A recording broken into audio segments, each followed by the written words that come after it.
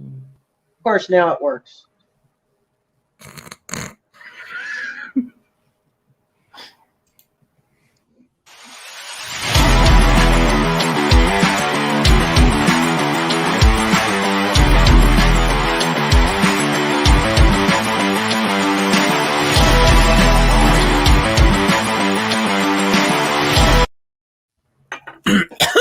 Everyone, and welcome to another edition of Shooting the Breeze. As usual, I'm your friendly neighborhood soda. As always, joined by my wingman Ben. How you doing? Doing good. I'm trying to stay alive, and then Yeah. Yeah. And today we've got two good guests joining us. We've got none other than Frenchie, my fellow schmo of the North, and joining us in the middle of a thunderstorm, Dagan. How are you guys doing? Yeah, good. I'm doing good. I think it's easier to fend off zombies than it is this thunderstorm right now. So bear with me if the lights go all completely out and you don't see me. I'm running off my cell signal right now, but the internet's back. Of course, It came back 30 seconds after we went on the air. Oh, yeah. So I'm streaming off my phone right now, and I would much rather be streaming off my nice webcam. So again, apologies if I cut out and then come back in, but that's what's going on right now. It's pouring rain like raining cats and dogs, I think is the expression. And did you just call me a good guest? That's the first time I've ever heard that from you. Well, it's true. Like every time you're on, you make me fucking think. Yeah, well, all right. Well, or break my mind, whichever one you wanted to take. or both at the same time, which would be nice to see one day. Yep. I'm a better stoner now than I was back then. So all right. But thank you for having me on and letting me choose the subject, even though we didn't let you know what the subject was the last second, apparently. Reach out to a guest with the other subject I'm aware of. Get back. This guest can't do it, but they really don't like that topic. Then I find out that wasn't even the topic. Yeah. Anyways, but it was just one of those. Is like I feel like a complete idiot right now because I asked this person to talk about something they really hate, and then get a whole paragraph of like, I think Soda's pissed. Yeah. All right. But yeah, thanks for having me on today's subject. I really wanted to. This is something I've been talking about with my friends for a long time. You never know. If COVID could happen, anything can happen, right? So I want to talk about what if a zombie apocalypse happened? What would be our plans? What would we do? And hell, would we survive? Which is a funny question. You think a lot of people would be good for it, but only a certain few would survive, in my opinion. And I am definitely not one of them. I will probably be one of the first few to go because I am fat and out of shape and cannot hide well. Again, watch Walking Dead and what's his face, the scientist guy. That's not really scientist guy and makes bullets at the end. Weight doesn't matter, okay? It's also not real life, but anywho. Well, zombies is not real life. So, have you guys? I've got this quick question. Have you guys ever done a zombie walk? Zombie walk? I like walking as a zombie. Yeah. It's where you all dress up and you do a big giant like walk dressed as zombies. No, but I've played into I've actually been a zombie into a real life game event. Nice. I was a zombie lead. I actually showed people how to be a zombie and how to think as a zombie. That's pretty cool. I did it. Yeah, that is really good. I did a zombie walk back in 2010, I want to say. And my girlfriend and I at the time, we were at the head of the line doing the thing, and we get to the end of the one street before we had to make the turn, and I happened to look back, and all the way down for like 9 fucking blocks, just wall-to-wall zombies. And I looked at her, I said, if this were a real apocalypse, we're fucked. Because you could not see the concrete. It was intense. And I think the final count was over 10,000 people. Damn. Can I ask you guys a question? Yeah. Of course. What makes zombies so scary? Because they move slow. Well, okay, that's one version of zombie. I think the way I see it today is we'll probably have 4 different realities, alternate realities of our zombie world. We're probably not in the same zombie world because for me, zombies is not necessarily slow. No. It depends on, and that's what. Apparently, I'm an expert on zombies now because I did the training. But the way I saw it and I trained them is you create a character of your zombie, and the way your zombie reacts is based off of the personality you used to be as a human. So if you're a hyperactive ADHD, well, you're probably more of a faster zombie. And if you're probably a stonehead since 13, you're probably a slower zombie. So it depends on your neurological the zombie, if we're going into the fictional world, yeah, the zombies as we know it were created by George Romero for Night of the Living Dead. And in that movie, zombies were not slow. That is something that happened later that ended up becoming the trope, but originally zombies are fast, and that is scarier. Having somebody that's just like half dead coming after you at full speed. No, I'm good. Yeah, not as fast as 28 Days Later, because they push the whole crap. That's like zombies with a jetpack almost at one point. But my first question to you guys, I was just going to quickly say, just to answer Ben's question about like what makes a zombie so scary. I think a big part of it for me is like somebody that used to be dead that died, or used to be alive that died and came back to life in this like grotesque form. That would just be my take on it. Sorry to interrupt you there, Frenchie, but yeah, go ahead. But also, like, I just realized I never really answered this question. I was just talking about the speed. For me, it's just it's so unnatural. It's the unnatural fact they're dead. They're supposed to be not here.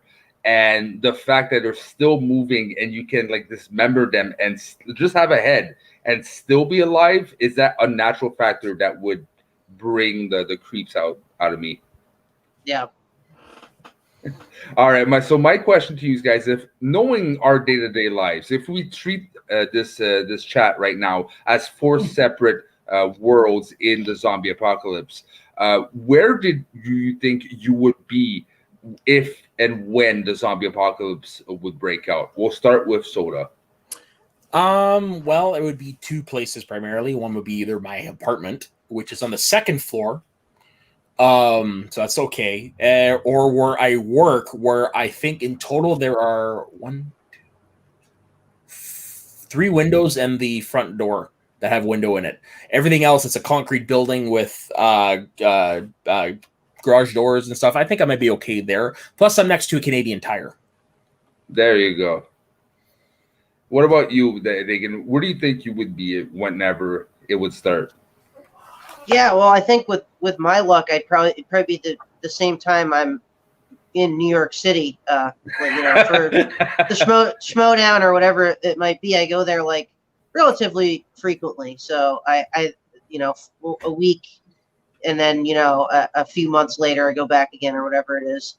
So I think with my luck, I would probably be in the middle of it and just where the total chaos ensues. But luckily, like if I am where I am most of the time, which is at my house in Vermont, which is very isolated and has a lot of woods and not as many people, I think I'd be okay. I think I'd be okay. So yeah, I'd be out there with you, with the Northerners here, kind of as in the most isolated place possible. Well, not exactly, Lou. Well, no, but for I say the sake of doing something different than Soda, I actually like the idea of you being New York for this with your bad luck, and you probably being a Schmodown event. So I'm actually curious to see your viewpoint stuck in somewhere that you're not living, but more of a guest. And the probably most populated places, except for probably Hong Kong, at least in that situation, I know probably like Saul is going to be there, somebody to have my back. Like I got surrounded by some pretty intense people, so. or you could be in bad luck and having a Chandru sighting. Happens to Chandru, and next you know he just pushes you. That would be pretty wild, just sitting here watching the Schmodown pay-per-view event, and then all of a sudden, just fucking zombies everywhere. What about you, Ben? I think it would be part of the show at first. Yeah. Yeah. Sorry, right? go ahead, Ben. Yeah, Ben. What about you? Well, after I have a question, but not actually. Okay, but what about you? Where do you think you would be whenever that would start? Right here in front of on the StreamYard doing some kind of show. Yeah, there you go. Not aware, not following the news. Yeah. Just shitting the shit and then hearing weird things happening. Shitting the shit. Yeah, shitting the That's shit. like, Ben, you might want to shit. go look out the window. Yeah. Yeah, you might want to go look out the window there. There's some shit going on. Yeah. No kidding. Knowing my luck and the number of hours I work, I'm definitely at work. I'll be at Pizza Hut, so at least you've got some sustenance. Yeah, no, for sure. But again, try to eat Pizza Hut after an hour, it's not eatable. So that would just go that. I like Pizza Hut cold myself. Okay, so you're good for you. It's like Domino's, man. I don't know. Except for that KFC one they came out with, that almost made me barf the next day. We do not talk about that pizza, okay? We do not talk. It never do not speak its name. No, I'll tell you. Yeah, Ben. It's regular pizza crust. Pizza sauce. It's gravy sauce, sweet corn, and the mashed potatoes. Okay, you know what? I should, because it's disclosed information, I'm gonna talk about after. But there's interesting things about that gravy that you said I should know. Which but I would say that one when it's fresh out of the oven is actually really good. Just not leftovers. No, not cold, and there's a reason for it. But at least the one thing I'm gonna go off now. Next question. I know exactly what I'm thinking. Knowing my surroundings, right? I'm at work. There's a Moon type of pizza cutter that's good just to smash into the zombies' faces. Because me and Soda, we have this advantage of being in Canada where guns are very harder to get. Yep. And it's a lot less common. So Canadians would be, I think, the sword. But these aren't. Yeah, we'd be hockey sticks and hockey stick and sword specialists or knife specialists compared to the Americans. Golf clubs. That's like the biggest difference between you guys and where I am in Vermont. Like, guns are readily available because of all the hunting that goes on here, and the fact that we have like zero gun violence. So it's like we have some of the loosest gun restrictions in the country, but yet there's like no gun-related violence or deaths or school shootings or any of that kind of stuff. And there's like a lot of hunting. Yeah, there's a lot of hunting that goes on, a lot of like target practice. And stuff. So like, it's like that up here as well. But yeah, like Lou said, like you have to jump through hoops, which is the way it should be to purchase a gun. Like for example, my friend has a handgun. I didn't know this at the time, but whenever whenever he had to transport it from his place to the gun range, he had to call the cops and let them know I'm carrying this. Yeah. And some of the weapons around here too, you have to have completed a hunter safety course before you purchase. So. Of course. Okay.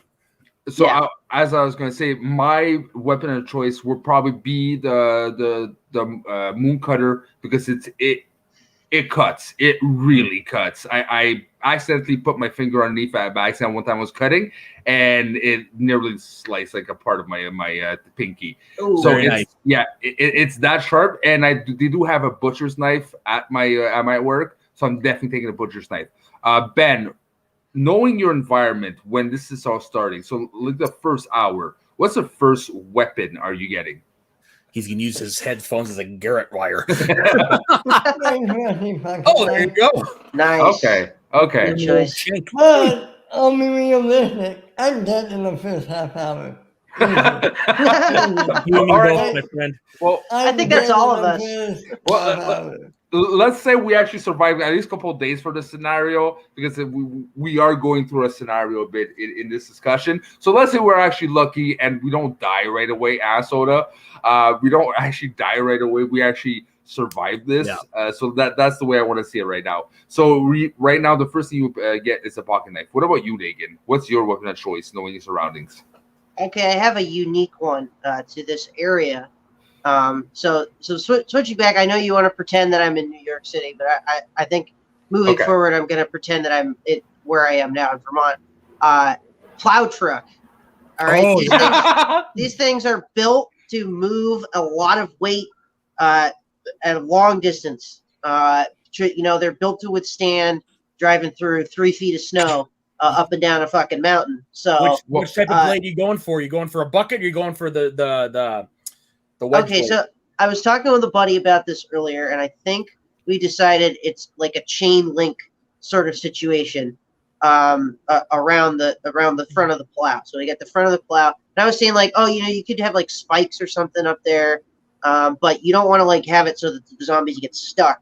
You want to have it like a natural plow, the way you would have it for a big snowstorm.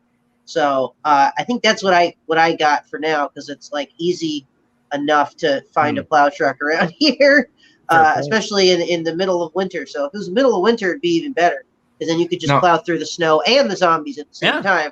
2 for 1. But I could envision myself driving through a field full of zombies with like a nice heavy duty plow truck with the chain link fronted plow.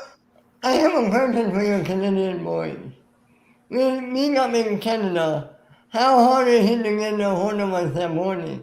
And can you do this? Pretty hard, man. Pretty hard. Yeah. But you see, we have an advantage. I don't know if it might be the same thing in Vermont, but there's a lot of like just pickup trucks with plows. So that would be actually more. Yes.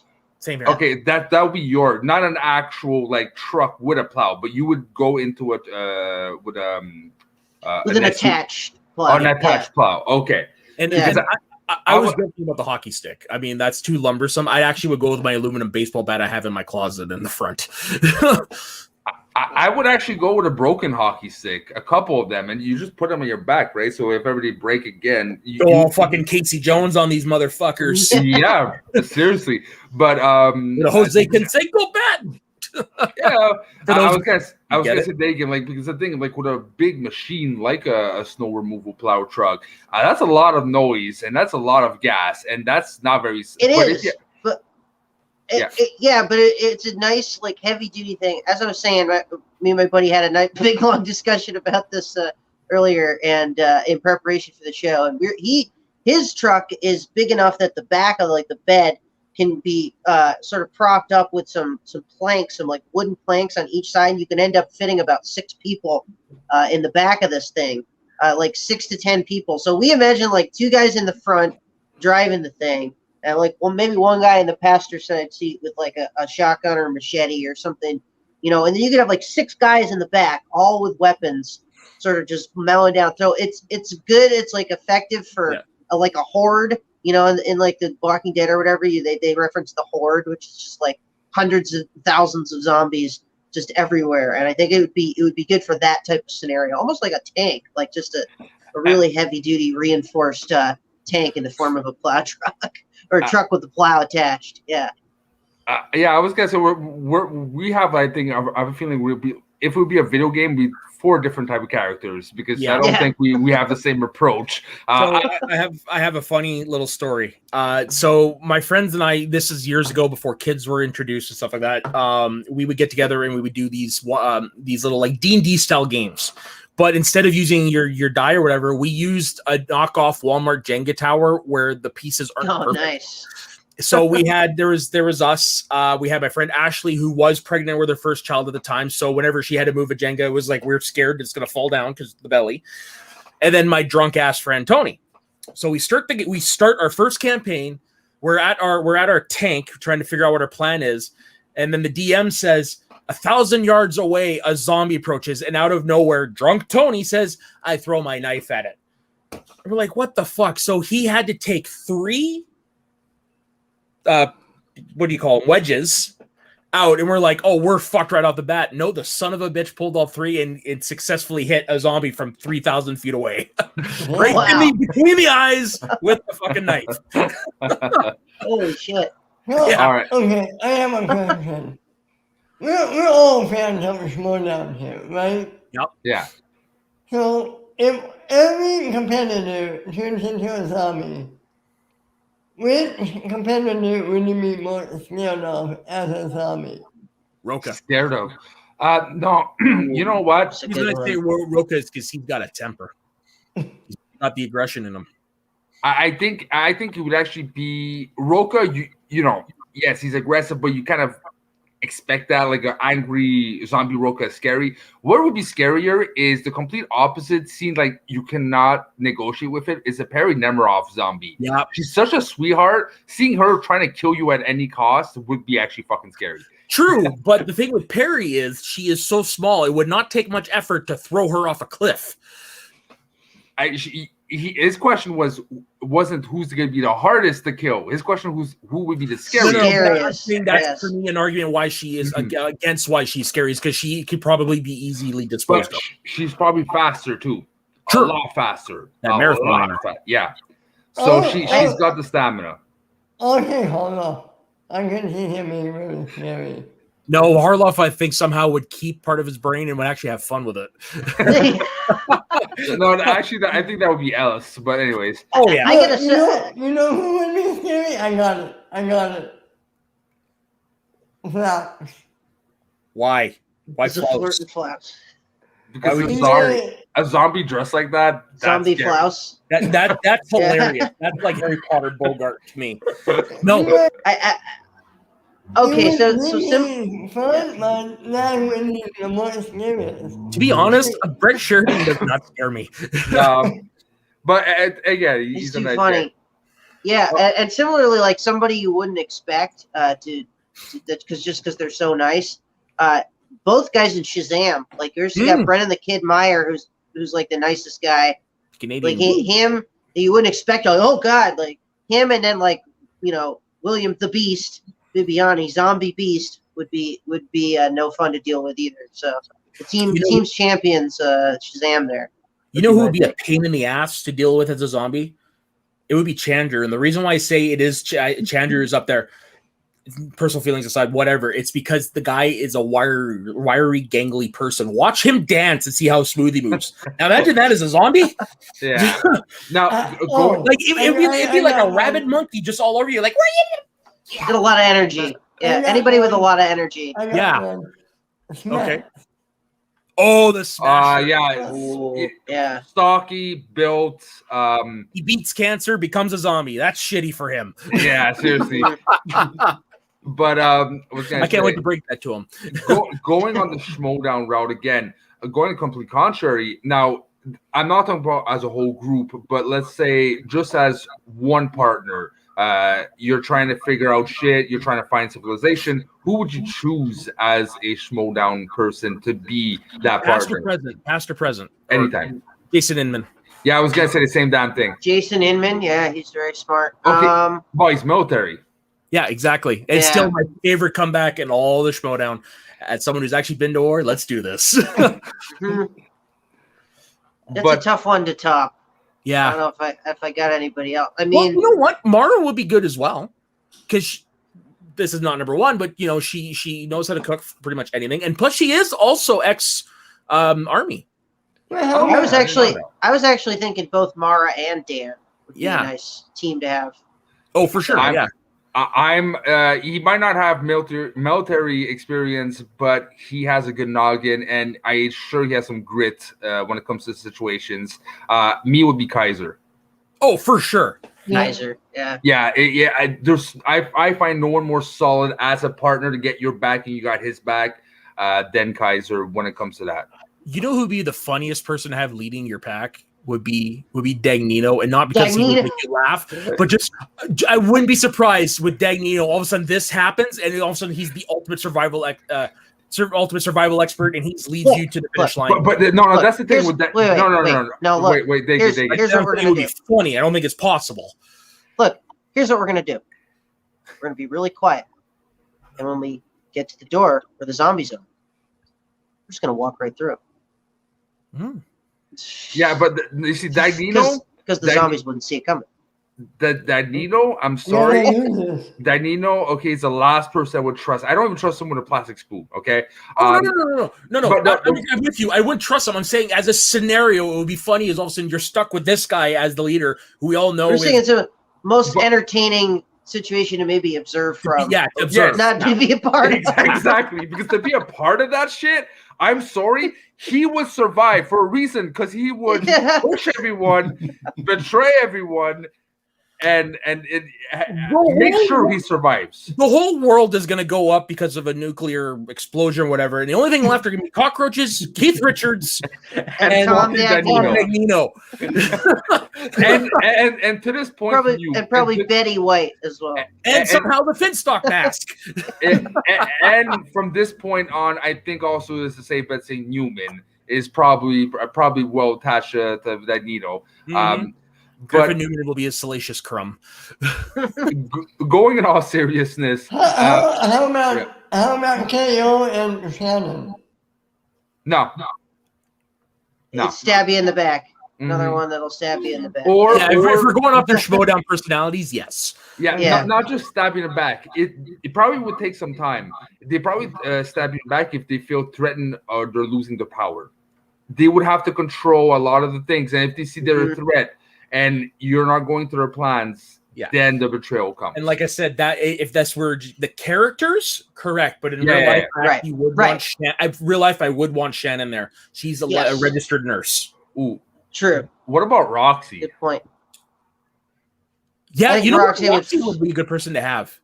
Loyal to probably loyal, motivational. Like we can get through this. Just hold on. Like, yeah, she would be great to have in this situation. Or imagine a Snyder going rampage, killing zombies. I would pay to see that. I would pay Snyder going all out crazy. No, this is Snyder. Actually, you could also see this for Dagnino too. Oh, you've all seen the movie This Is the End, correct? Yeah. Either one of them could be the Danny McBride character when he's got the gimp. Oh yeah. I can see that, just starting their own civilization. Just like cooks them all breakfast and everything instead, like all their food. God, like for Dagnino. Oh, that's where we can have Griffey Newman. He could be the gimp, and then we pan to him and he'd be like, "I love him." Oh man. But I would see Snyder go nuts. I would go batshit crazy nuts and just start smashing shit. That would be awesome. Yeah, he would probably be the most likely to lose his shit and just go into the crowd swinging and sacrificing himself so the others could go. I could see Snyder doing that. Yeah, Snyder and or Roxy at the same time. Yeah. But they would be inseparable, and he would still find a way to try to sell his couch and stuff to other people, even though he doesn't have access to it. Maybe he did that at the Spectacular. That's just hilarious. How about Brother Lomez? No. Oh, do we really need a preacher? No. I mean he'd be like you know you guys seen The Mist? Stephen King. Okay. He'd be like the crazy lady in the supermarket, saying that it's the ex god, and I don't know if you want him. He would be particular at first and funny to be around at first, but given a couple of months with the lack of food, the constant fear and paranoia, he would probably crack. And I can't believe, I don't know if you guys stay up watching The Walking Dead, if you're up to date on any of it, but the fucking preacher character is still alive. Really? 10, 15 years have gone by or whatever, and chronologically, and he's still somehow going. I'm like, what? No way.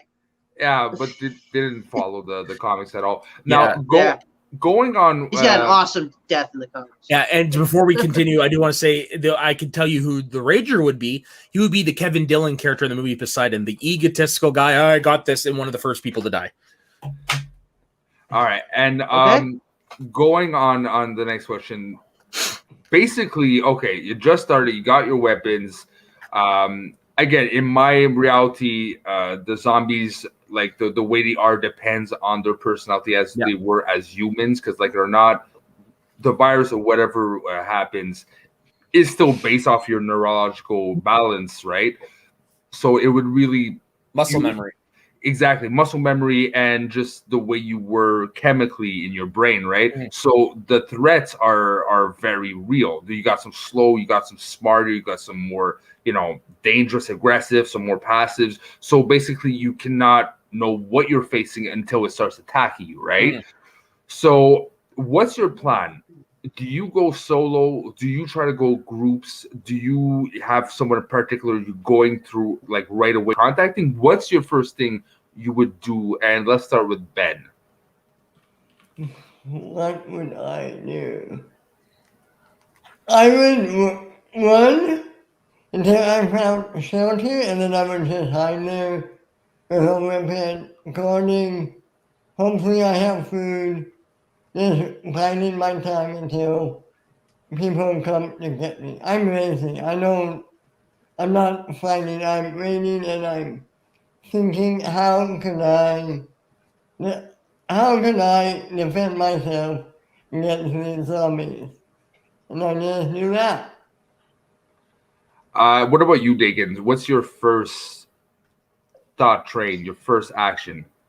Yeah, it was on my list that I put together before, preparing for this. I would find a zombie kill buddy, which is basically like, a friend that I know is going to be reliable, that, lives in maybe an isolated area again here in Vermont. I would try to get in touch with him. I know where he is, so I could at least maybe try to get to where he is. I know he's got the plow truck and the shotgun. And the house in the middle of nowhere. So that's probably what I would do first, is try to get in touch with him or get to where he is, at least survive enough to get there, because I know he has supplies and weapons and things like that. And then, in terms of like branching out and trying to maybe create a bigger group, I don't know if that's as smart of an idea, because there's more people that could stab you in the back, and to have somebody that's reliable that is not going to like betray you, I think would be important. Well, we're not going to go into, because that's actually a question like for down the road. Oh, okay. So your first thing would be like, you have one person particular in mind. You go to them because like 2 is better than 1. What about you, Soda? What's your first action? Well, after I get over turning into the Cowardly Lion, I will try to. Obviously, the first thing I would try to do is make sure my parents, who live next door to me, are safe, and then try to get a hold of my friends, make sure they're all safe, and then try to get us all together at my friend Ashley's grandma's house, because she still stocks her basement like it's Y2K. And the last time I was there, I shit you not, I found Pepsi Twist, for those of you who remember. Holy shit. And wow. It's still edible and delicious. Really? Nice. Yeah, like seriously, you walk in, it's like there's enough food to last a while. So that's probably what I would do, is I would try to make that. Should have sent some of that Pepsi Twist over to Josh McCouga's Eating History show. I bet they would actually drink it. Probably, but I mean, that's the thing about pop like that. Like, as long as it's still sealed, it's fine. Yeah. I wouldn't take the chance, because chemicals they use, still things go awry. Yeah. Well, now, granted, that was 14 years ago when I did that, which at that time was like almost a decade after Pepsi Twist lived. So we're looking at like really old Pepsi. So yeah, decades old. Yeah, flat too, very flat. So for me, I'm basically fucked. I would have to go to Montreal, try to get my kid and my ex, which is still one of my close friends. At least I have the advantage. My dad is maybe 10 minutes away by car, and he knows how to, he knows the way to get there. The thing is, I don't drive. He drives, but he has muscular pain. He can't do this that well. So I would have to look. Yeah, I would have to look around for him in the car and make sure we're clear, because he has sciatic nerve problems. Sciatic nerve problems. Yeah. So that would be interesting. But yeah, my first thing is literally not just the edge of Montreal. My ex lives in the buttfuck middle of Montreal. Oh, fuck. Yeah, so it's like not like middle, but it's almost east middle. Yeah. So it's very hard to get, especially like, first of all, I would have to either take a tunnel or a bridge. So either there, that's fucked. I'm not sure which one I would prefer more, a tunnel or a bridge. The bridge, you could jump to safety and swim to safety. Yeah, as opposed to a tunnel where you are fucked because there's only one way forward or back. I don't swim. You will if there's zombies chasing you. I don't swim. First of all, with my luck, I will belly flop the shit out of myself. True. It probably die right there. Anyways, I'm insanely scared of heights. So even though it is insane to go in a tunnel, like it or not, the lights will probably still be working. And unless zombies come from both directions, you still have a direction to go in safety. Sure. So I would actually take the tunnel. And most chances is the cars wouldn't work because they would probably be jammed at one point. So you're on foot.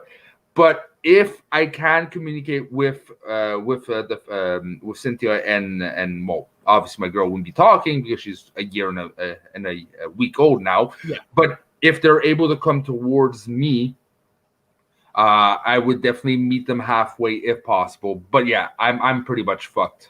Yeah, like when it comes to the bridge, like I'm actually in the same scenario as you. But in all honesty, I probably would still do the bridge because I know there is a way out. And as far as I know, zombies don't swim. I was going to ask that. Like in your zombie universe, are zombies able to swim or at least move through I've never, water? Now, granted, like in full transparency, zombies are probably one of my least favorite monsters, so I haven't seen a lot of stuff. But from what I know of, I've never seen an example of a zombie swimming. City of the Dead. Never saw it. Romero, like when he started inventing the intelligent alpha zombie. Oh yeah, see, I've only ever seen his Dawn. The only one I've ever seen was his Dawn of the Dead. I'm trying to remember. I stopped watching Fear the Walking Dead, but I think there was a season where they were on a boat, and I remember a scene where they were like in a smaller boat, like a life raft, and they were boating around, and there were zombies like in the water. But I don't know if that meant if they were in a boat or something. But yeah, if we're following zombie logic, they can't swim, but they're still active in the bottom of the floor. Pirates of the Caribbean style. I was going to say they can't swim, but they could move through shallow water. Like if there's a surface, exactly, if they can touch the surface, then they can move around in it. So unless you're actually somewhere very deep, that if it's somewhat shallow, or you start sinking, but you can still try to get back up, you're still fucked because there's still zombies on the floor. True, but where I live, I'm lucky. I do have to drive 2 hours to get there, but there's a lot of islands off of the coast of BC that I could easily inhabit for a while. And then if I see any sign, then I can just split for somewhere else, right? Like, so there are ways around that to a degree. Okay, so basically we got Ben that doesn't give a fuck about his family and just go by himself and go to shelter. Using family as meat shields. Yeah, exactly. He'd be like, fuck you! I'm finding shelter. Fuck humanity. I'm going solo. You got get out of here, Mom. Fuck you, Dad. You got Dagan, who's like, I'm going Shaun of the Dead and finding my buddy to go on this like actually probably enjoy this zombie apocalypse and just kill things. And then you got Soda going in a fucking bunker, either that or an island. And you got me that, I am the Glenn of season 1, actually going to a fucking city. And it'd be like, yeah, what could go wrong in Montreal with like 4 million people in the middle of everywhere, just to save his family. But I know I cannot leave them alone. And Montreal is already horrible to traverse through by car or whatever when people are living. Imagine a fucking zombie apocalypse. The construction alone will drive you nuts. The construction left as is because they didn't finish because of zombie apocalypse, and you're trying to find your way on the fucking GPS on a map and realize you can't, would be suicidal. Yeah. So probably not New York level, but we're renowned. Yeah, that's my thing. Like back to the whole being in New York during the zombie apocalypse thing. I mean, you talk about construction; it's never ending in New York City because they're constantly expanding it, putting up new skyscrapers and anything. So it's just like. Yeah, it's an absolute disaster. We're talking about the road here. We're talking road. Like actually traveling, it's horrible. Yeah, we're talking like the fucked up thing about Montreal or Quebec, especially, is the fact that we have very hot, very cold, very hot, very cold. Mm-hmm. So that fucks up your roads. That gives like big ass holes in roads if you don't maintain it, right? Mm-hmm. So especially down the road, good luck trying to travel without fucking up your tires. But Ben, so we heard what it would be like in New York. You're in LA. What do you think it would be like in LA if a zombie apocalypse happened? Oh, I don't want to think. It's scary. I mean, it's scary right here with the pandemic. You think it's going to be any better? having people meet zombies? No, they're going to be millennials walking all over the place complaining about everything as zombies. Oh my god. That's zombies already, like, not That in the form that we're talking about. So last year. Yeah, it's like, we're gonna hit the road. Could we get a couple of health smoothies beforehand and then hit the road? No, they're zombies. Fuck. That was. Do we really have to go through the zombies? Can't we call an Uber and have them drive us through? No shit, eh? No, zombie apocalypse. Let me get my one casino real fast. Yeah. All right. Okay. So, actually, honestly, I think people of our generation in big cities, not so much small town like where I'm at, where Dakin's at, they be fucked because they're, in all fairness and realness, our generation for the most part isn't prepared for shit. We don't know. A lot of us don't know how to take care of. I'm not saying like we all do, but as a generalization, but a lot of people don't know how to take care of themselves. I don't think of people our age would survive a zombie apocalypse in a big city. How would we survive without our phones? Right. It's another big question. We'd be fine because I still remember 9. Yeah, I'd be fine too. Yeah. But this is the advantage, like at my work at least, with the young kids I have, the people I actually hire, a lot of them have military background. Or like not military, but what you call that in English? It's when it's youth. Air cadets. Yeah, it's cadets. I have a lot of cadets. The National Guard of Canada. Bravo. I have cadets, and I have actually 2 scouts. Scouts, yeah. I have 2 scouts. So I'm actually good. If I bring them with me, I have people who know what the fuck they're doing, even though they're younger than me. And I will just tell them what the fuck to do.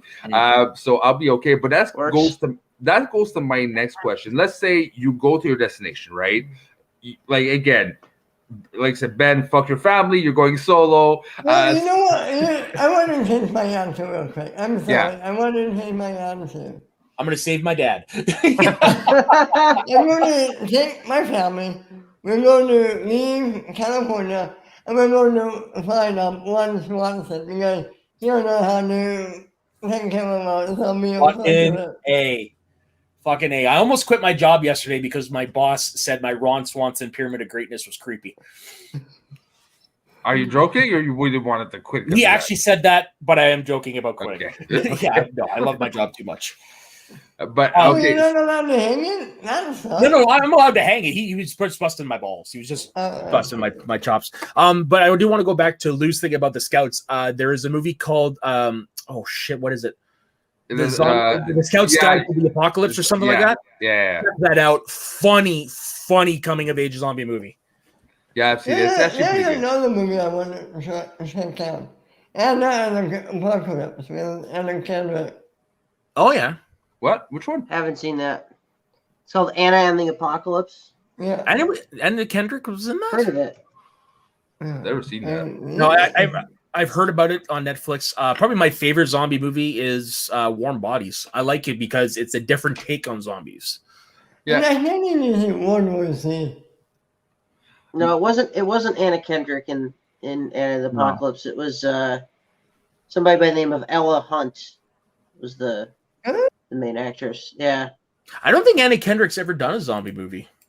Has she even do a horror before? I think she's never done horror in general.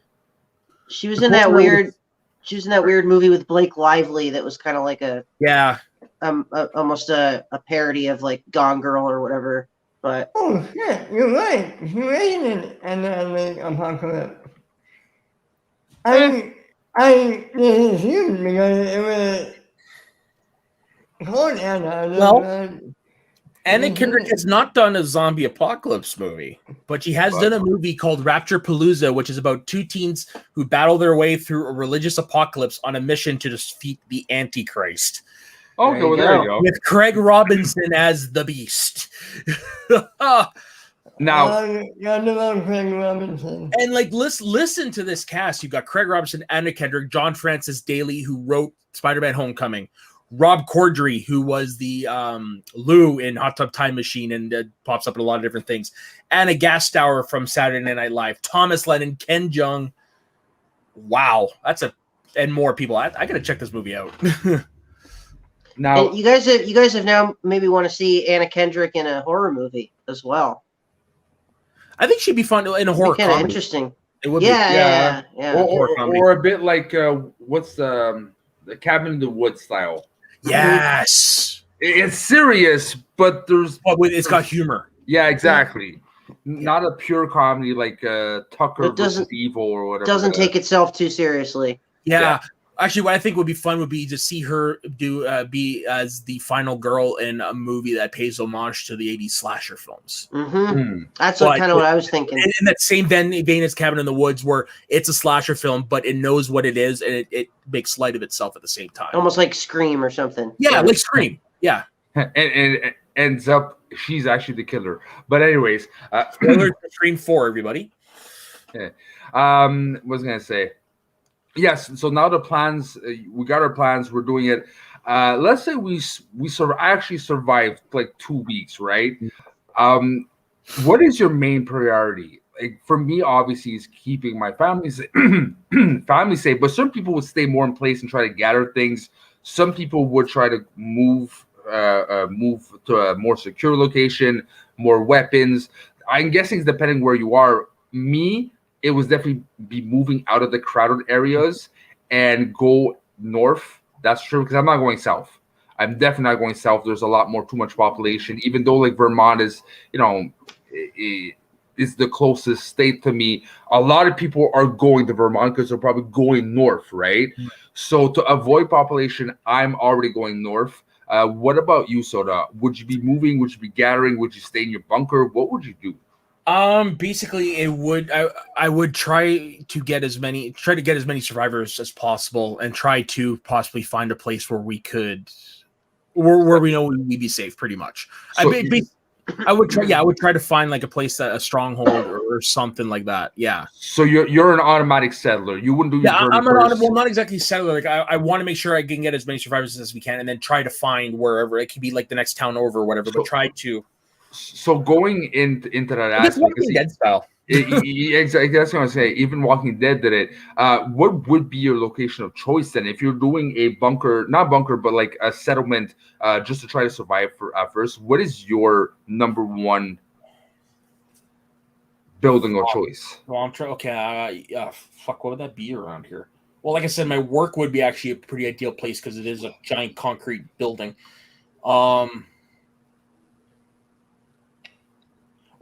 My friend's cabin, oddly enough. Oh yeah, yeah, because they have catamarans and I believe a speedboat and stuff like that. So if we needed to make an escape, there is that route to take. Yeah. And what about you, Dagan? What's your moves? What's your plan? Yeah. Similarly to Soda, I think it's like kind of stay put where I am here, and there's probably multiple options, like of a place you could go, but. The same friend of mine that I was talking about earlier, like has,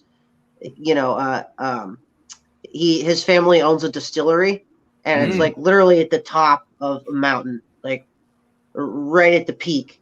So to have a place that has like a bunch of supplies already, cheese and alcohol is like a big thing that they've stocked up on. 2 things that don't go bad very quickly. So. Mm-hmm. So that's something that could last, but I think the other prerogative is to sort of survive, obviously, and in order to do that, you need to have supplies. So to keep stocked up as possible, and also similarly stock up with things that aren't going to go bad for a while.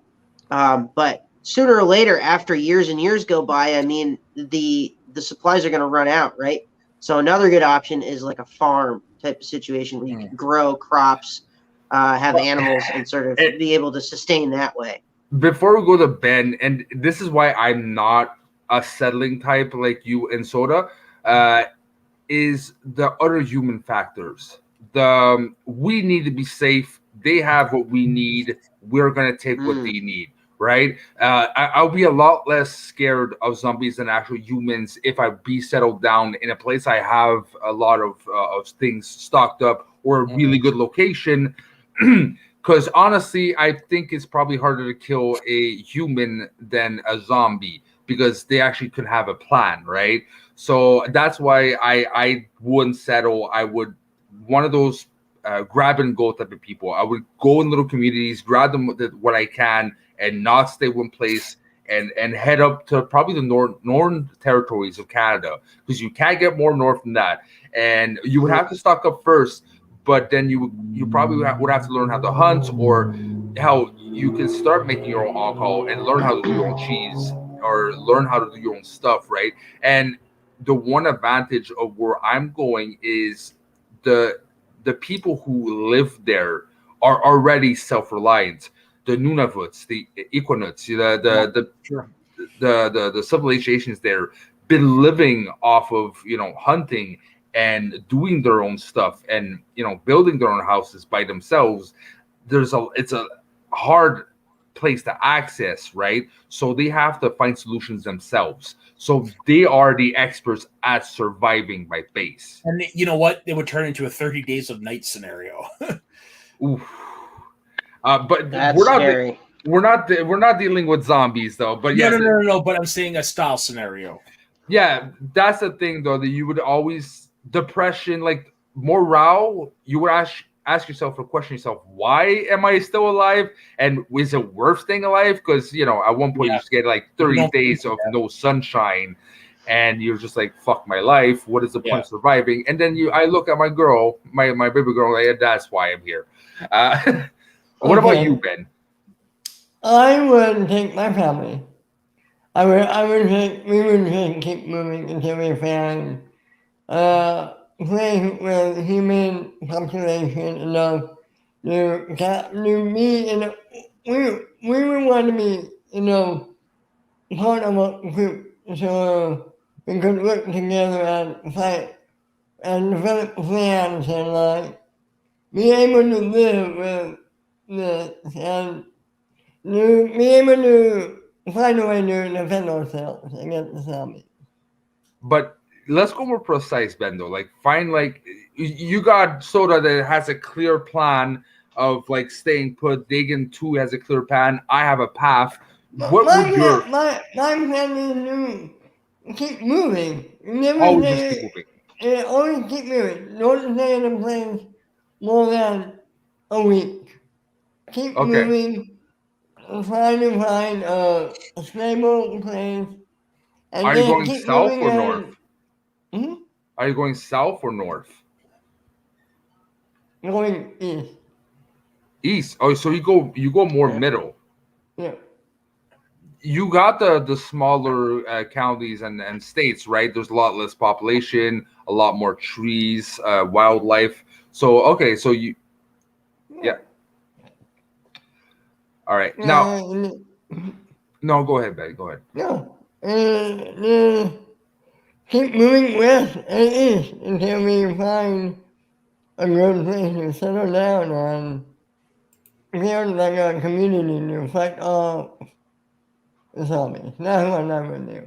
Okay. So keeping moving for the eventuality of potentially settling down somewhere. Yeah. No. And me, it's a bit the same, but it would take a lot more while because it's a lot more harder to access, and we probably have to either learn how to fly a plane ourselves or have that guy that would fly you, but probably would want butt sex as a favor or something because he hasn't seen sex in a long time. God, pretty now. And I'd be like, the things I do for my family, Zip. Yeah. The rules of the road, man, as shown in Jane Silent Bob Strike Back. But this goes for what I wanted to talk about next, because yes, plans are good. Yes, we can go in the fantasy world. What if zombies and what we physically do, but the morale, the psychological aspect is how far and will we compromise our own values? How far, people like in The Walking Dead, some people were just regular Joes, but they become something else, either for good or for worse, because that's what humans are, right? Given certain situations, we actually change and not change, but reveal our true selves, right? Mm-hmm. So how far do you think you would go to survive at all costs, or would you actually keep certain things? I mean, that's a tough question, right? Because like you see a lot of times in these shows or movies or whatever, it's like a human bringing themselves to kill another human when there's this other threat of zombies, right? And it's like, well, you want to have as many people survive because we're outnumbered by these creatures. But yeah, I mean, it would take a lot to like bring myself to do that. It would have to be somebody. It would be like trying to defend myself. I think that's the big determining factor is like if they're like totally off their rocker and just threatening me or anybody that I care about, then yeah, so in those types of situations, I think when we're talking about this like post-apocalyptic type of event with zombies, then yeah, I think that that's something that I might have to bring myself to do. But it's a really tough. It's like a tough moral question of like how far can you go? Yeah. I wouldn't trust myself. Yeah, well, yeah. If there was a copy of me surviving the apocalypse, I wouldn't trust myself in a sense that I know I have an off and on switch. I probably would not like directly kill someone, but if I'm iffy about you, I think I am able to manipulate the situation enough to get that person eliminated somehow, some way, without even being present, right? And that goes back to my kicking instincts. If my family is in danger, and I don't trust you, beware of me. And I don't know to what extent that would bring me to, but after years and years, let's say you survive for 5-10 years, that kind of exposure to that kind of thinking, I can only imagine what kind of Louis that would be. Yeah, it's like you kind of you wonder how used to it you would get, sort of thing, that feeling if you keep making the same justification. I'm using it to protect my family, but you see it in like Rick in The Walking Dead. Like at one point, he just is totally lost it, and he's just mowing down everybody. So yeah, it's an interesting question to sort of ponder. But I would say it's like a last case scenario or worst case scenario. For me, it won't be a worst case scenario. I know that would be my default. It's yeah. I trust you, good. I don't trust you, off, and my morale stops, and I have to do what I have to do. And I'd probably be from the beginning, not after years of exposure. My survival would kick in right away. What about you, Soda? Well, this is the interesting predicament for me because if this were to happen right now, I just got off of a nervous breakdown, so it would be a test on how mentally strong I would be. I mean, I would like to assume I would do the right thing, but I mean, I can't say for sure because I don't know what it's like to be in that moment. So, I mean, yeah, in fairy tale world, like, yeah, I would do the right thing every time, but in truth, I don't know how it would go. But I do know it will be a massive test against my mental health. What about you, Ben?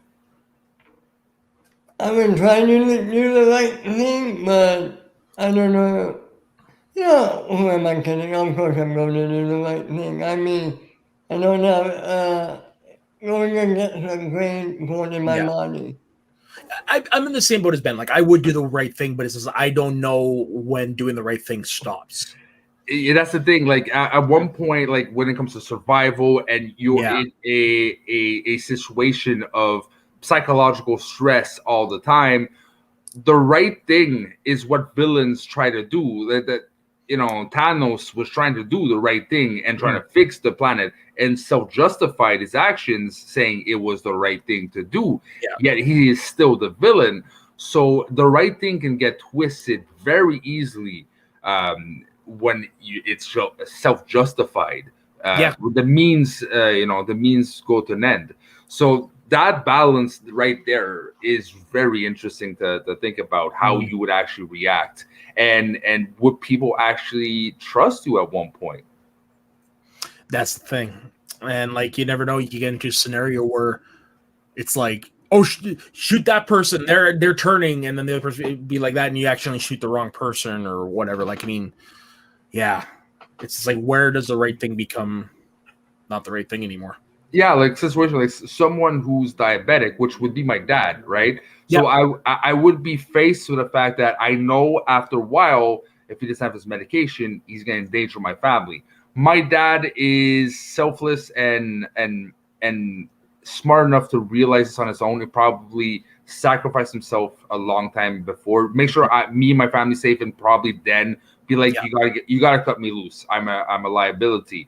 But let's say, it's someone in the group you don't really know, like they're useful, I don't know, they used to be a construction worker, so they're able to contribute. But after one point, you realize they're diabetic and you only have a week left of their medication, then they'll probably die and be a liability. Do you kill them now, or do you do it secretly, or do you do it only when they turn? Because most people are like, oh, let's give hope. And then the realist is like, yeah, but when that happens, we might be sleeping. When that happens, it might be the wrong moment and goes against us. So morality sometimes is out the window, right? You have to start thinking of a whole new different of set of problems that you would never be in face before. That's true. Yeah. I just want to warn you guys, my phone is about to die. So if I cut out here, I'll reconnect on the computer. I was about to type in the private chat. We should probably wrap up soon because it is hot as balls in my computer room right now. Holy fuck. All right. Sounds good. A night where the sun starts shining on my apartment. It's like, woohoo! Oh, yeah. So, to be honest, when I heard topics with zombies, I didn't really know where we were going to go with this because, like I said, zombies, when it comes to watching movies, are not really my favorite. But, I mean, this was a good discussion because it made us think, what would we do if? And those are always the best discussions. And I think we got some good answers out of this. And we all know Ben would throw his family to us. Yeah, fucking family.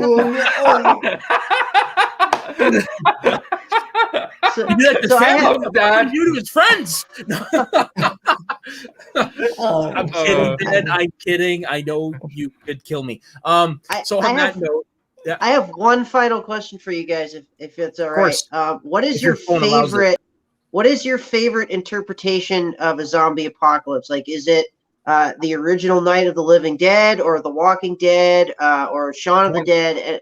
What is your personal favorite? 28 Days Later. Okay. I like the less apocalyptic, less like undead, or more like the savage virus type.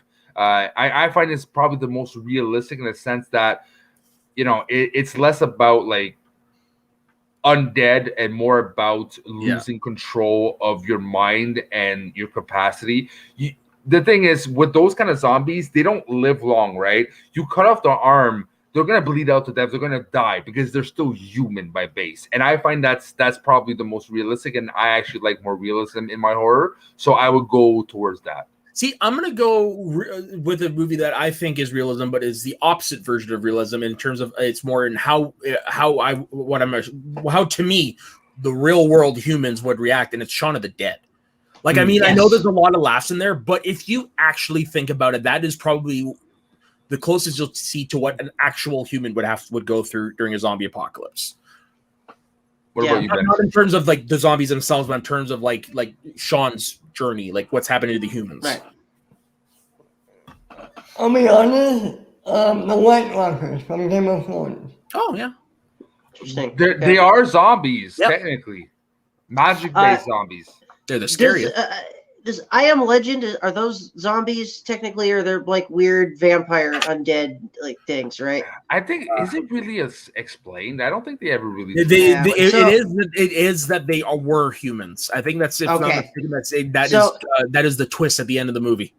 So if we're counting that, I'm going to go for that as my choice because at the end of the film, where do they go when they after everything unfolds and they need to get to the safe haven?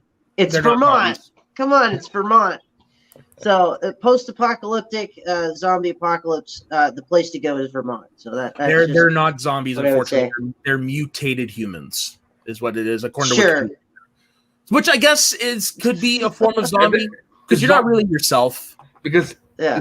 Zombies have many different explanations. I don't know if you guys knew, but Robert Kirkman actually revealed what he had in mind. What was zombies in his Walking Dead world? I don't know if you guys know what it is. No. It's actually a alien microbe. Oh. So basically, it's not trying to control us or nothing, but it's basically a microbe that came from an asteroid and is not terrestrial and does not react well to our biological beings, and actually keeps us alive, brain activity, even though we're dead, right? Because it's still feeding off our brain. So that's his explanation. I actually found that. If I would do my own zombie thing, I would actually go like Wreck a bit, in a sense that it's like more demonic. I actually like the demonic aspect. Like there's literally no more place in hell. They had to go on Earth for real. That's true. Cool. Well, all right then. Like I said, it's hot as balls up here, so let's wrap this up. Thank you guys very much for joining us. Lou, where can everybody find you? Schmoes of the North, like usual. I'm a bit less active these days because, well, work and family stuff. But sometimes you can find me on there. If not, you can find me also on Speaking of Schmoedown on JCast, which on Saturday we're gonna have a very big Collision special. We're actually going early, but you won't see me on a lot. I'll be producing it, but go check that out anyways. And that's about it. All right, Dagan, what about you? Yeah, you can find me on Twitter at DaganSB. That's DAGANSB. I actually just announced that I've joined the LGR, the Let's Get Ready Network crew. And so we're gonna have some big stuff announced on tomorrow's show. So definitely tune in for our weekly episode at 11 p.m. Eastern. Usually is when we go live. So that's 8 o'clock East Pacific. 8 o'clock Pacific. Pacific. I hate time zones. 11 Eastern. And we 8 Pacific, 11 Eastern. There we go. And so we'll be announcing some fun stuff on that show tomorrow. For some upcoming Collision-related shows that we're doing this weekend. So definitely go and check that out. Let's Get Ready Network. Yeah, definitely check them out. Good people over there. Great content. Ben, what about you? You can find me at Ben_Radio every Thursday right here on Shooting the Breeze. Every Friday I've been camping the path. Every Saturday on Get Ready and Map Schmoedown. But this week we're taking one source off because of a collision. Right on. And as for myself, you can find me at soda_the_saxman on Instagram and Twitter. You can find me on pretty much every damn show on this network, except for Mount Schmoedown. You can find me most Saturday nights producing our Star Wars show. I'm going to be absent this weekend because I got a ball tournament. Woohoo! But normally that's where you would find me in all those shows. So yeah, thank you very much for joining us, everyone. Leave your answers in the comments. What would you do during a zombie apocalypse? Steph, I'm curious to hear. So thank you guys for joining us, and we will see you next week on Shooting the Breeze. And don't forget, everyone, stay sweaty.